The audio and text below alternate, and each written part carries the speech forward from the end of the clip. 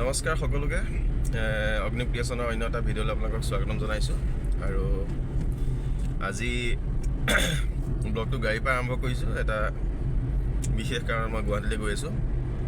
এতিয়া আপোনাৰ সময় প্ৰায়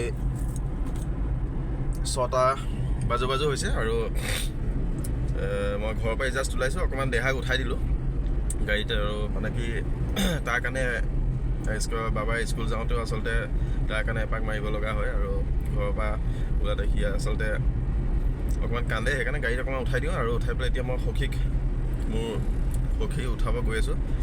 সিয়ে মই যামগৈ আৰু সখীৰ পিছতে মোৰ লগৰ এজনো যাব। আমি অকণমান বিশেষ কামত গৈ আছোঁ, অকণমান ব্যৱসায়জনিত কামতে গৈ আছোঁ আৰু আপোনালোকক দৃশ্যপট দেখুৱাম। আমি গৈ থকা অকণমান পৰিৱেশ আপোনালোকক দেখুৱাবলৈ চেষ্টা কৰিম।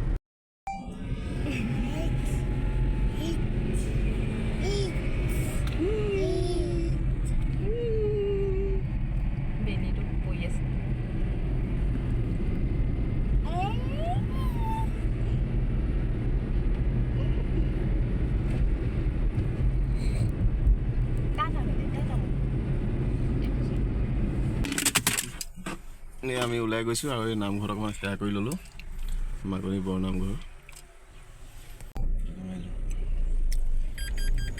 এয়া সখী আৰু মই উঠি ল'লোঁ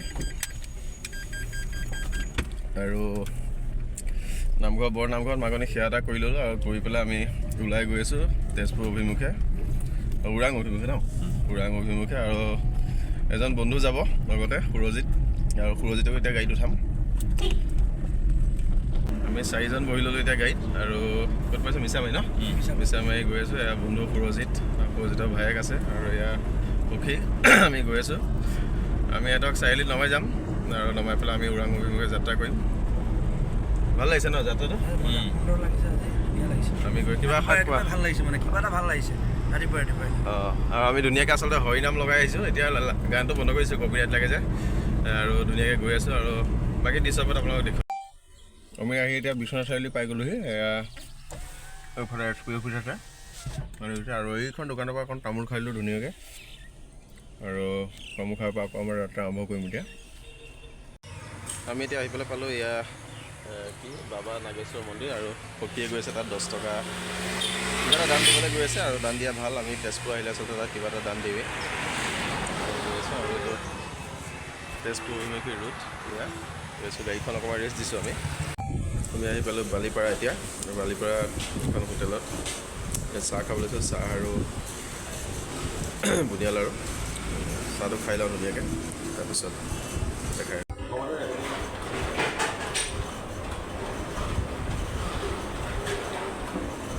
আৰু আমি আহি পালোঁ এয়া ঢেকীয়াজুলি টাউনৰ এখন হোটেলতে ধুনীয়াকৈ পৰঠা খালোঁ আৰু পৰঠা খাই পেলাই আমি যিটো জেগালৈ যাম তাৰপৰা অলপ মিঠাই লৈ ল'লোঁ।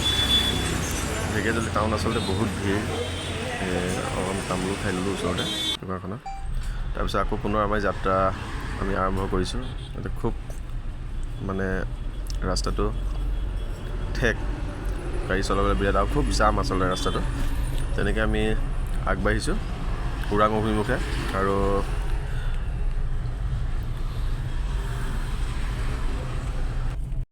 এইবিলাক পুৰাটো আমাৰ খাবৰ কাৰণে কৰাটো হয় আৰু বেলেগ হেৰি নাই, বেলেগ ইনকাম। এই নদীৰ নাম কিয় পাগলা দিয়া হ'ল? নদীখনৰ নাম এই ইফালে খুন্দি পাগলা টাইপত যায় মানে, সেইকাৰণে পাগলা দিয়া যায়। এটা সুন্দৰ পৰিৱেশ। এইটো যিটো ৰোড আপোনালোকে দেখিছে এই মানে দলংখনৰ ওপৰত, এইটো হ'ল গুৱাহাটীৰ ৰোডটো আৰু এই কাষতে নদী আৰু এইখন গাঁও আৰু এইখন কাষতে নদী, এইখন পাগলা দিয়া নদী গৈছে আৰু এই নদীৰ কাষতে এটা ধুনীয়া এনেকুৱা প্লেচ আছে য'ত আবাহন থিয়েটাৰ হৈ গৈছে কিছুদিনৰ মূৰত, কিছুদিন হ'ল বাৰু। আৰু এইফালে এখন গাঁও, তাৰ মুঠতে খুব ধুনীয়া সুন্দৰ পৰিৱেশৰ মাজত আছে আৰু এইফালে কলগছ চাইডে দেখিছে আপোনালোকে। আচলতে এনেকুৱা পৰিৱেশ আমি আচলতে এনি টাইম গাড়ী ঘোঁৰাৰ মাজত থকা এনেকুৱা পৰিৱেশত আহিলে খুব বেছি ভাল লাগে। পৰিৱেশ চাওক, এয়া নদী। এইখন আমাৰ দেহা গাড়ী ন? বাবা কোনে আনিছে দেহা? পাপা ন? পাপা কোৱা, পাপা কোৱা। পাপা